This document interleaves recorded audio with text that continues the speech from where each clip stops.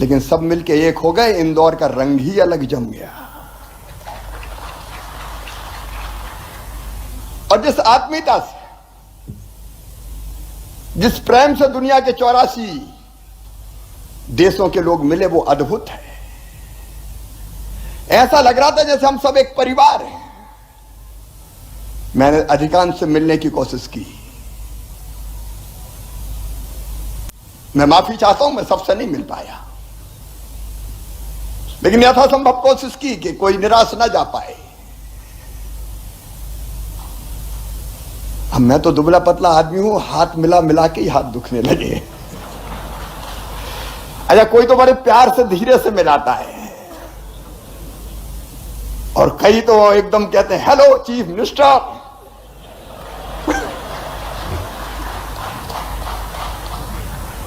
लेकिन अद्भुत प्यार है।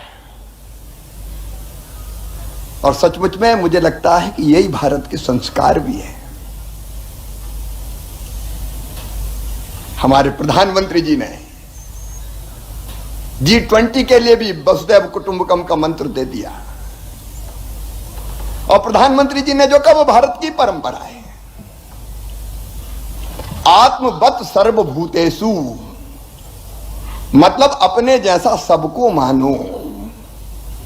सब अपने जैसे मतलब अपने ही है। कोई किसी देश का हो, अगर हम सब मिलकर एक हैं, पूरा विश्व एक परिवार है। ये भारत के प्रधानमंत्री नरेंद्र मोदी हमारे ग्लोबल लीडर भी कहते हैं, और वो यहां दिखा।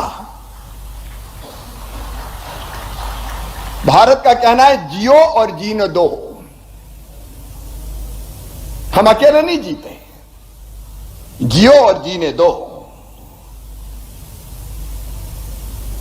और विश्व का कल्याण हो, ये तो हमारे यहां, मैं विदेशी मित्रों से मेरी बात सुन रहे होगे, ट्रांसलेशन की व्यवस्था है। हमने बच्चों को भारत के गांव में सिखाया है, धर्म की जय हो, अधर्म का नाश हो, प्राणियों में सद्भावना हो, और विश्व का कल्याण।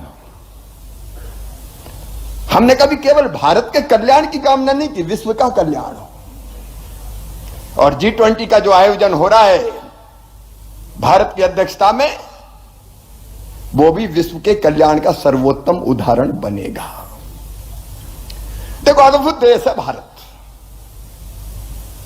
हमारे यहां मतभेद होते हैं तो अभी हम लड़ते नहीं हैं। हमारे पूर्वजों ने, ऋषियों ने कहा एकम सद विपरा बहुधा वदंती। अगर मैंने कहा कि नहीं ये रास्ता ठीक नहीं है, ये ठीक है, तो हम लड़ते नहीं। उनका ठीक है, ये तुम्हारे लिए ठीक होगा, ये मेरे लिए ठीक है। मैं छोटा सा उदाहरण देता हूं। ईश्वर को अगर हम मानते तो उसको कहते हैं आस्तिक।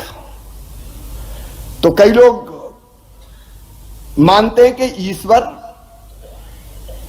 मूर्ति में आता है, इसलिए मूर्ति की पूजा करते हैं, साकार मानते हैं, भगवान साकार है। तो कुछ लोगों ने भारत में कहा कि ये साकार नहीं, भगवान एक मूर्ति में कैसे आ सकते हैं, वो तो सृष्टि के कण कण में निराकार हैं। तो उनका तुम भी सही हो, तुम साकार को मानो तो ठीक है, हम क्या नहीं मानते। किसी ने कहा तुम निराकार को मानो, क्या दिक्कत है। लेकिन हमारे यहां एक और हुए चारवाक, जिनने कहा यावत जीवेत सुखम जीवेत ऋणम कृत्वा घृतम पीवेत भस्मीभूतस्य देहस्य पुनर्जन्म कुतो। जब तक जियो सुख से जियो, उधार लेके भी घी पियो। यह शरीर तो माटी में मिलने वाला है, पुनर्जन्म नहीं होता। तो उनको हमारे यहां सूली पे नहीं लटकाया, ये कहा कि यार इसने भी नया विचार दे दिया, ये भी महर्षि है, तुम भी सही हो, ये भारत है। और उसी भारत के प्यार से मध्य प्रदेश ने आपको बुलाया। मुझे कहते हुए प्रसन्नता है, ग्लोबल इन्वेस्टर समिट में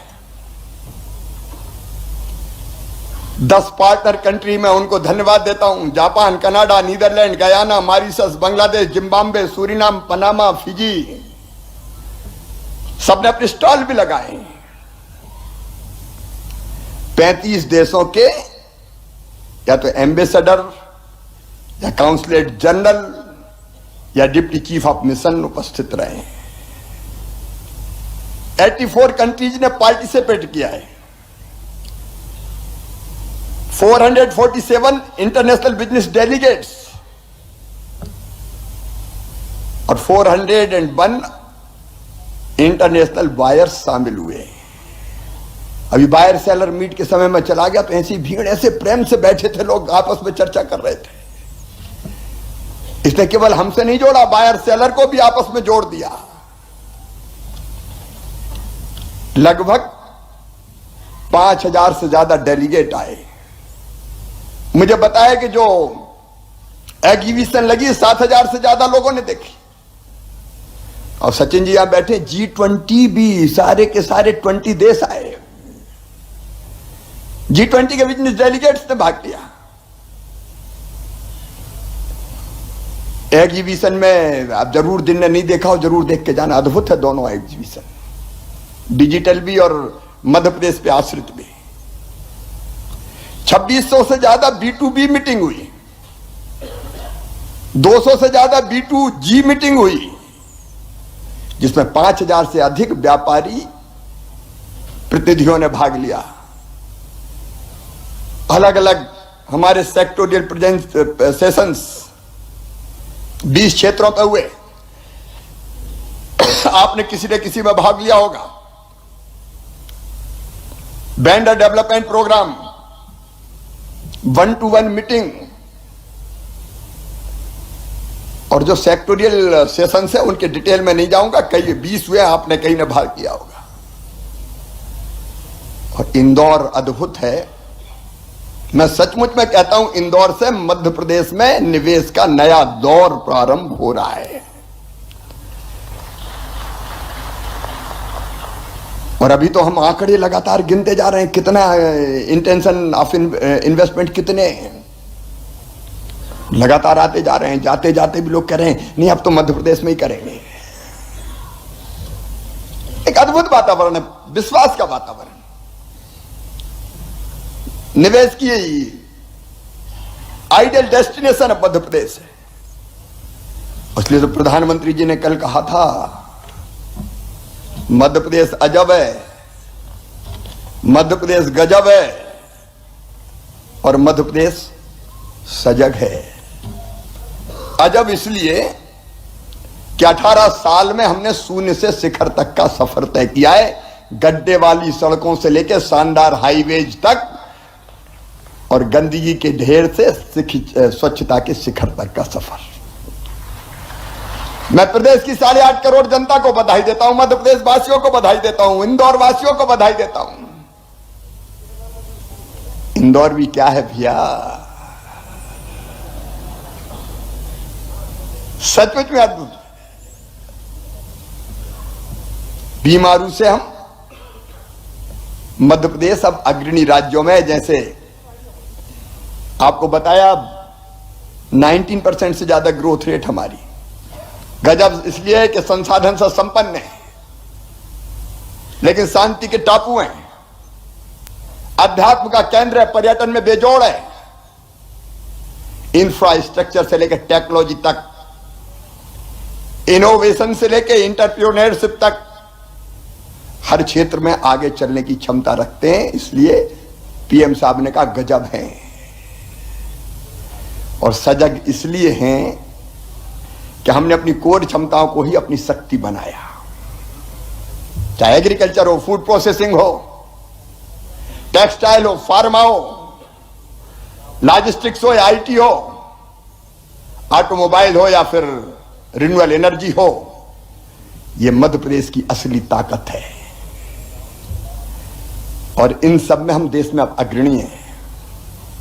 अब प्रधानमंत्री जी ने एक बात और कही थी, एक स्थिर सरकार, एक निर्णायक सरकार और एक सही नियत से चलने वाली सरकार विकास को अभूतपूर्व गति देती है। मैं आपको विश्वास दिलाता हूं इस टीम के भरोसे कि विकास को निर्णायक गति दे के ही रहेंगे, जिसमें निवेश शामिल है। मित्रों, आज आपसे जो अलग अलग सेक्टोरियल सेशंस में कुछ तरह की समस्याएं आई, मैं उन पर चर्चा जरूर करना चाहूंगा, लेकिन मुझे सीईओ भी कहा, सिंधिया जी ने भी कहा, तोमर जी ने भी कहा, और इसलिए जिम्मेदारी और बढ़ जाती है। इसलिए मैं मध्य प्रदेश के सीईओ के रूप में आपको विश्वास दिलाता हूं, आपके निवेश की एक पाई भी व्यर्थ नहीं जाने देंगे। टीम मध्य प्रदेश हर हालत में आपके साथ खड़ी रहेगी, कोई दिक्कत आने नहीं देंगे। हम आपको ऐसा वातावरण देंगे कि आप खुद आगे भी निवेश बढ़ाने के लिए प्रोत्साहित होंगे। मेरी 7 सूत्रीय रणनीति, नंबर 1 संवाद लगातार, और नहीं तो इन्वेस्टर समिट में बुला लिया, बाद में फिर टाइम मांगा तो दिया ही नहीं। हम लगातार आपके, हमारी टीम लगातार संवाद में रहेगी। दूसरा सहयोग,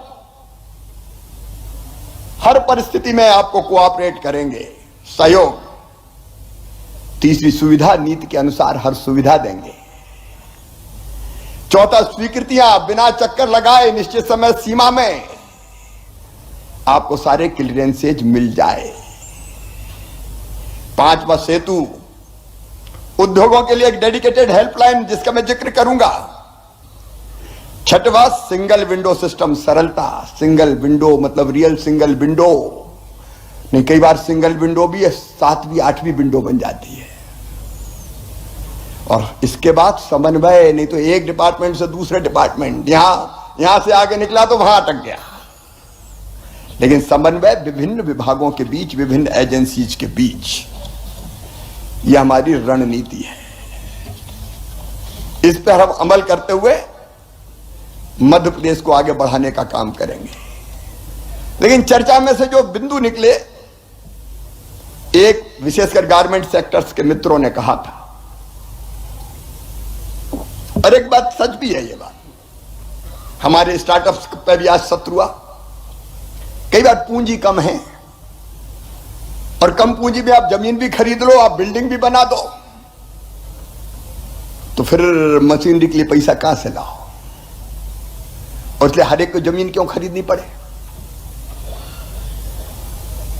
हर एक को बिल्डिंग क्यों बनानी पड़े? इसलिए हम गारमेंट सहित आईटी इनेबल्ड सर्विसेज सेक्टर में तो प्लग एंड प्ले की फैसिलिटी दे रहे थे, लेकिन गारमेंट सहित बाकी क्षेत्र में भी हम प्लग एंड प्ले की सुविधा विकसित करेंगे, और वो सरकारी सेक्टर में भी करेंगे, और प्राइवेट सेक्टर भी आना चाहे तो उसका भी स्वागत करेंगे, ताकि मेरे बच्चों को बड़ी पूंजी ना लगाना पड़े। बना बनाया अगर स्थान उसको मिल जाए तो अपनी मशीन लगाए और काम प्रारंभ कर दे। ये plug and play facility create करेंगे। और दूसरी चीज मैं बहुत महत्वपूर्ण मानता हूं, कई तरह की कठिनाई आती है, उन कठिनाइयों को अगर आए तो हर कठिनाई के लिए लोग भोपाल आए, ये जरूरी नहीं है।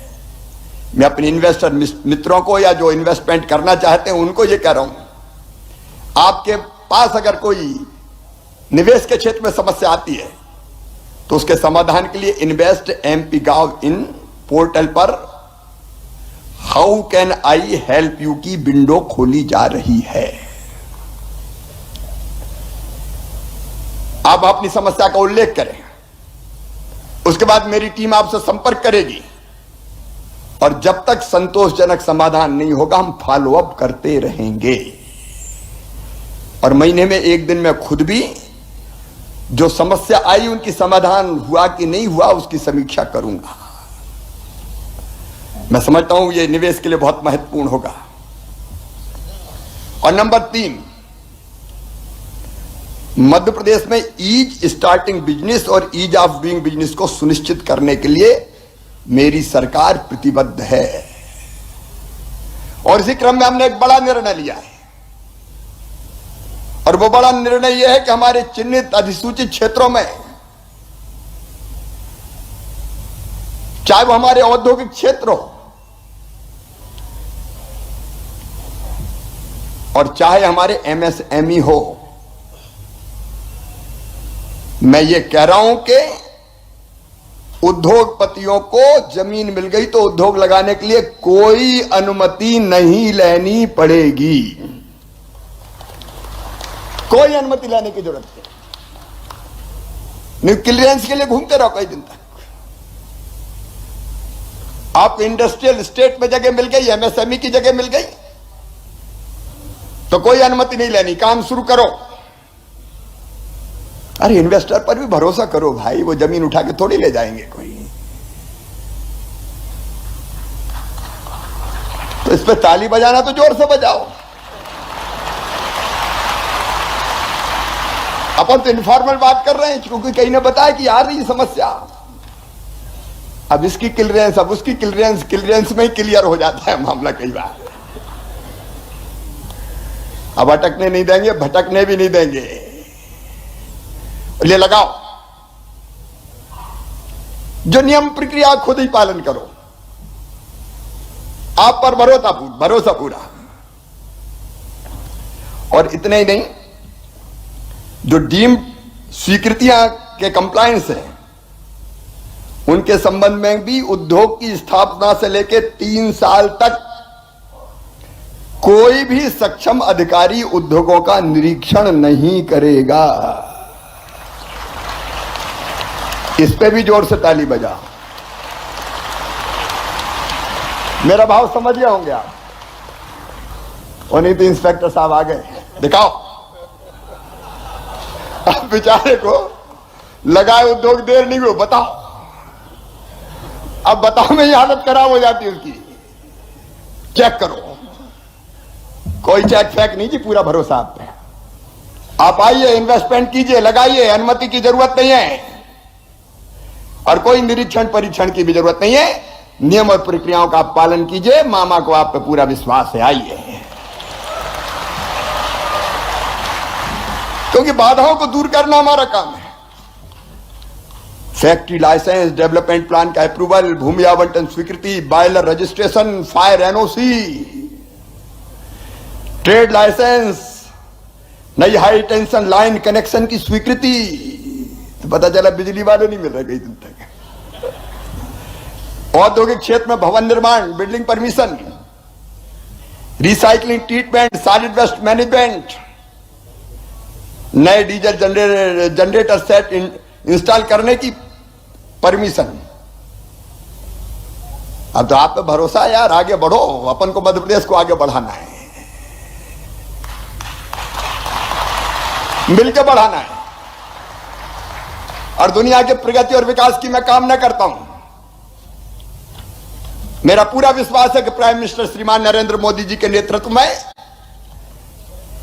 भौतिकता की अग्नि में दग्ध विश्व मानवता को भारत शांति के पथ का दिग्दर्शन कराएगा। हम दुनिया की प्रगति और विकास में भी योगदान देंगे और यहां भी मध्य प्रदेश समृद्ध बने, विकसित बने, आगे बढ़े। हम गरीब फरीब अब नहीं रहेंगे, बहुत हो गया जी।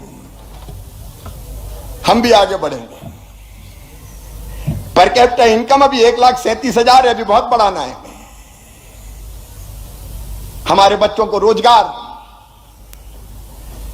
वो खुद उद्योग लगाएं या लगने वाले उद्योगों में अपने टैलेंट का इस्तेमाल करें।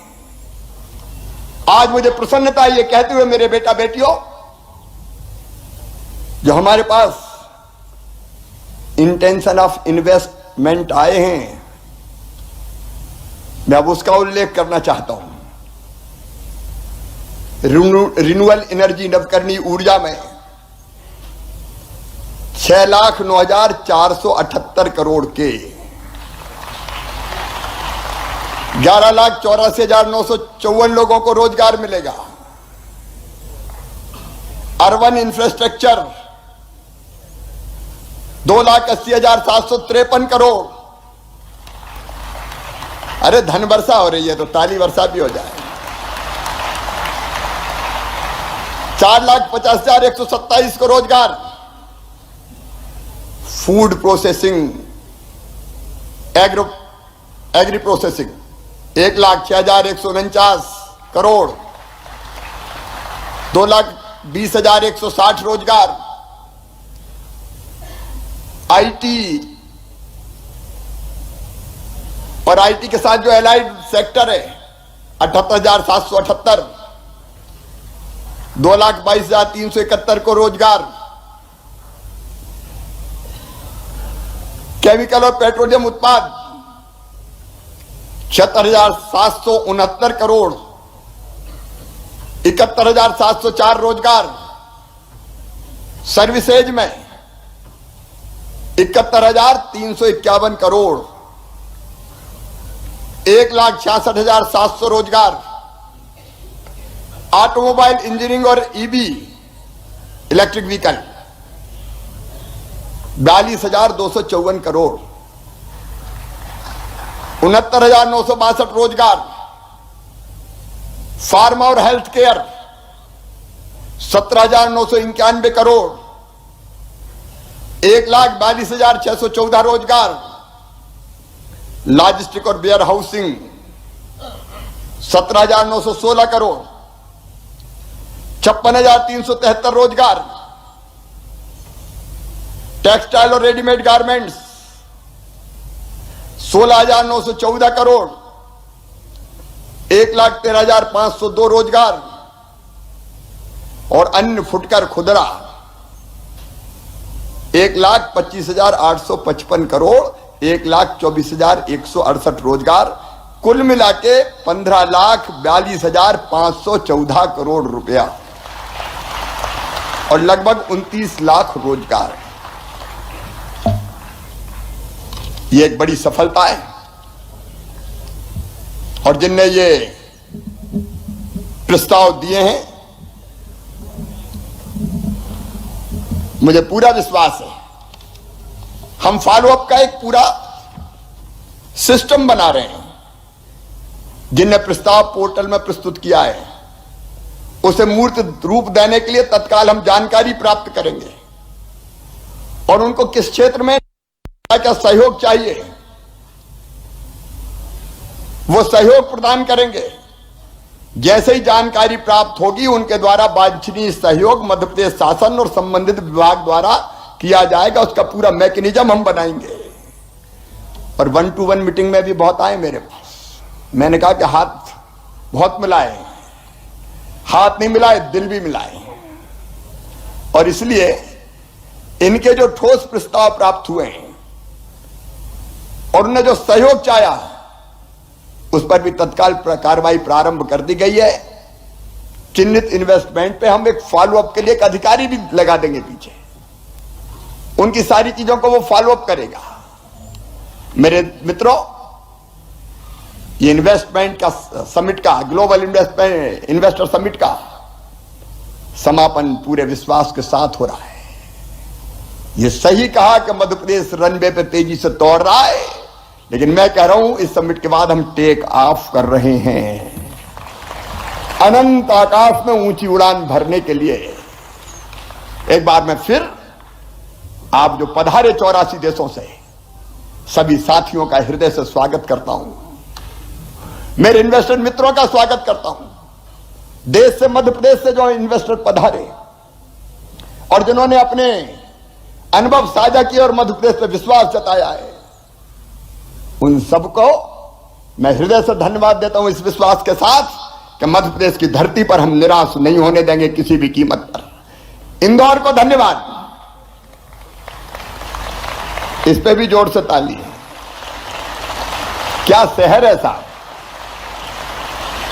लोग कह रहे थे कि गलियों में कचरा ढूंढने निकले, वहां भी कहीं नहीं मिला, सारा कचरा साफ कर दिया। मध्य प्रदेश भी स्वच्छता में नंबर 1। इंदौर को, मध्य प्रदेश को, मेरे मंत्रियों की टीम को जो मंच पे नहीं आई लेकिन नीचे बैठ के दिनों रात काम करती रही, सीएसपीएस सहित सारे अधिकारी कर्मचारियों को, पत्रकार मित्रों को, कन्वेंशन सेंटर वालों को भी। लेकिन अब इंदौर में 10,000 की क्षमता का एक नया कन्वेंशन सेंटर भी बनाया जाएगा। ये अब छोटा पड़ने लगा, क्या करें। आईडीए के चेयरमैन बैठे हुए हैं चावड़ा जी, तैयार हो ना। तो तैयार कीजिए बड़ा, क्योंकि अगली बार पता नहीं कितने लोग आएंगे। एक बार फिर आपका दिल से स्वागत, हृदय से स्वागत, भावनाओं से स्वागत। और अब विदा, लेकिन मैंने कहा कि ऐसे जाने नहीं दूंगा, रिश्ता परमानेंट जोड़ा है, बार बार आने के लिए विदा। बहुत बहुत धन्यवाद, प्रणाम, नमस्कार। बहुत बहुत धन्यवाद माननीय मुख्यमंत्री जी, आपका सभी के लिए प्यार भरे संदेश के लिए और सभी पर विश्वास भरे संदेश के लिए बहुत बहुत धन्यवाद। और